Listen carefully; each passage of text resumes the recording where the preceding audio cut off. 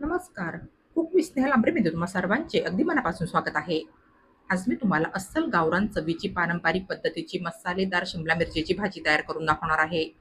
गावची पारंपरिक आणि सोपी पद्धत वापरून मी तुम्हाला अतिशय टेस्टी अशी शिमला मिरचीची भाजी आज तयार करून दाखवणार आहे. बऱ्याच जणांना शिमला मिरचीची भाजी खायला आवडत नाही, पण ह्या पद्धतीने तयार केलेली शिमला मिरचीची भाजी ज्यांना आवडत नसेल, ते देखील अगदी आवडीने खातील. मला तर वाटतं ही एवढी टेस्टी शिमला मिरचीची भाजी टेस्ट केल्यानंतर तुम्ही एकटेच ही सगळी भाजी खाऊन टाकाल. कारण ही भाजी चवीला खरोखर फारच टेस्टी लागते. नेहमी त्याच प्रकारची शिमला मिरचीची भाजी खाऊन कंटाळा आला असेल, तर अशी तोंडाला चव आणणारी गावरान चवीची पारंपरिक शिमला मिरचीची भाजी तुम्ही एकदा नक्की बनवून बघा. बघा, मला खात्री आहे, ही अशी मसालेदार आणि चमचमीत शिमला मिरचीची भाजी तुम्हाला सर्वांनाच नक्कीच खायला फार आवडेल. चला तर मग वेळ वाया न घालवता लगेचच आपण आपल्या आजच्या या चविष्ट रेसिपीला सुरुवात करूया. तर भाजीसाठी इथे मी या 2 शिमला मिरची घेतल्या आहे. आता ह्या दोन्ही शिमला मिरची मी सुरीने चिरून घेणार आहे. हे पहा, अशा पद्धतीने शिमला मिरची चिरून घ्यायची आहे, म्हणजे ह्याच्यातील बिया काढणं आपल्याला सोपं जातं. हे पहा, तुम्ही ते पाहू शकता, या शिमला मिरचीच्या बिया आता पूर्णपणे सेपरेट झाल्या आहे. तुम्हाला जर बिया खायला आवडत असतील, तर तुम्ही बियांसकटच शिमला मिरची चिरून घेऊ शकता. हे पहा, आता ह्या शिमला मिरचीच्या मी अशा थोड्याशा मोठ्या फोडी चिरून घेणार आहे. तुम्ही तुमच्या आवडीप्रमाणे शिमला मिरची हवी तशी चिरून घेऊ शकता. आज मी जी तुम्हाला ह्या शिमला मिरचीची भाजी तयार करून दाखवणार आहे, ती खाऊन नक्कीच तुम्हाला गावची चव आठवेल. फारच टेस्टी अशी ही शिमला मिरचीची भाजी मी तुम्हाला आज तयार करून दाखवणार आहे. तर हे पहा, अशा पद्धतीने मी दोन्ही शिमला मिरच्या ह्या ठिकाणी चिरून घेतल्या आहे. यानंतर आता इथे गॅसवर ठेवलेल्या ह्या कढाईमध्ये मी भाजीसाठी गरजेप्रमाणे थोडंसं तेल घालून घेणार आहे. तेल गरम झालं की मग मी ह्या तेलामध्ये अर्धा चमचा मोहरी, अर्धा चमचा जिरं, पाव चमचा हिंग आणि 9 ते 10 कढीपत्त्याची ताजी पानं घालणार आहे. जिरं मोहरी तेलामध्ये छानपैकी तडतडू द्यायची आहे.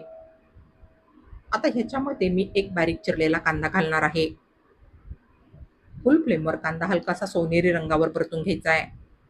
शिमला मिरचीची भाजी बनवताना कांद्याचा वापर अति जास्त करायचा नाहीये, त्याच्याने भाजी चवीला थोडीशी गोडच लागते. हे पहा, कांदा असा हलक्या सोनेरी रंगावर परतून घेतला की आता ह्याच्यामध्ये मी 1 चमचा आलं लसणाचा ठेचा घालणार आहे. याला देखील आपण कांद्यासोबत फुल फ्लेमवर 1 मिनिटभर परतून घेणार आहोत. तुमच्याकडे जर आलं लसणाची पेस्ट असेल, तर तुम्ही ती देखील वापरू शकता. यानंतर आता ह्याच्यामध्ये मी पाव चमचा हळद घालणार आहे आणि सोबतच एक बारीक चिरलेला टोमॅटो आणि टोमॅटो सोबतच मी ह्याच्यामध्ये चवीप्रमाणे अर्धा चमचा मीठ घालणार आहे.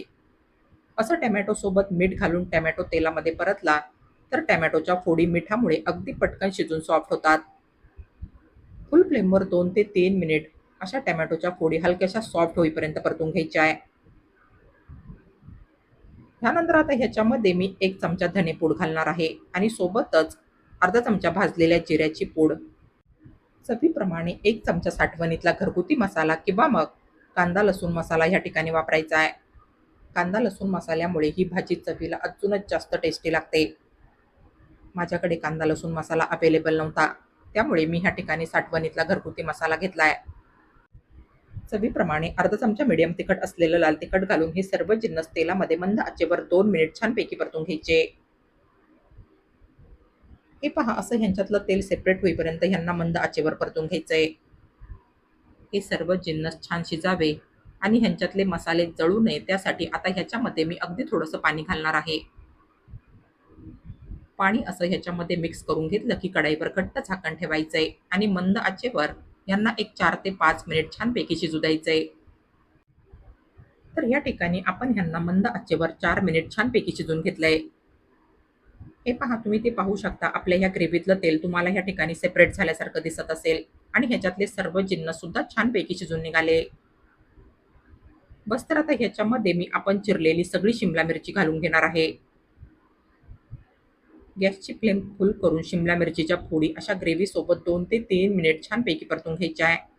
असं केल्याने शिमला मिरचीचा रंग फिका नाही पडत. भाजी पूर्णपणे सॉफ्ट शिजवल्यानंतरही या शिमला मिरचीच्या फोडी छान हिरव्यागार राहतात. माझ्या मते कुठल्याही भाजीचा रंग तसाच टिकून ठेवून भाजी बनवली तर ती भाजी दिसण्यासोबतच चवीला सुद्धा फारच छान लागते. तर अशा ह्या शिमला मिरचीच्या फोडी छानपैकी परतून घेतल्यानंतर आता ह्याच्यामध्ये मी हा भाजलेल्या शेंगदाण्याचा जाडसर कूट घालणार आहे. पोहे खायच्या चमच्याने अगदी फक्त 2 चमचे दाण्याचा कूट मी ह्याच्यामध्ये घालणार आहे. तुम्ही तुमच्या आवडीप्रमाणे दाण्याच्या कुटाचं प्रमाण कमी जास्त करू शकता. आणि आता ह्यासोबतच मी ह्याच्यामध्ये हा ओल्या नारळाचा चव घालणार आहे. ह्याच्याने भाजीला एक वेगळीच छान अशी चव येते. साधारण 3 चमचे ओल्या नारळाचा चव मी ह्याच्यामध्ये घातलाय. असा ओल्या नारळाचा चव घालून तुम्ही एकदा नक्की अशी शिमला मिरचीची भाजी बनवून बघा. बघा त्याच्याने फारच टेस्टी बनवून तयार होते ही भाजी. दाण्याचा कूट आणि ओल्या नारळाचा चव असा या भाजीमध्ये एकदा छानपैकी मिक्स करून घ्यायचा आहे. यानंतर आता ह्याच्यामध्ये मी अगदी थोडंसं पाणी घालणार आहे.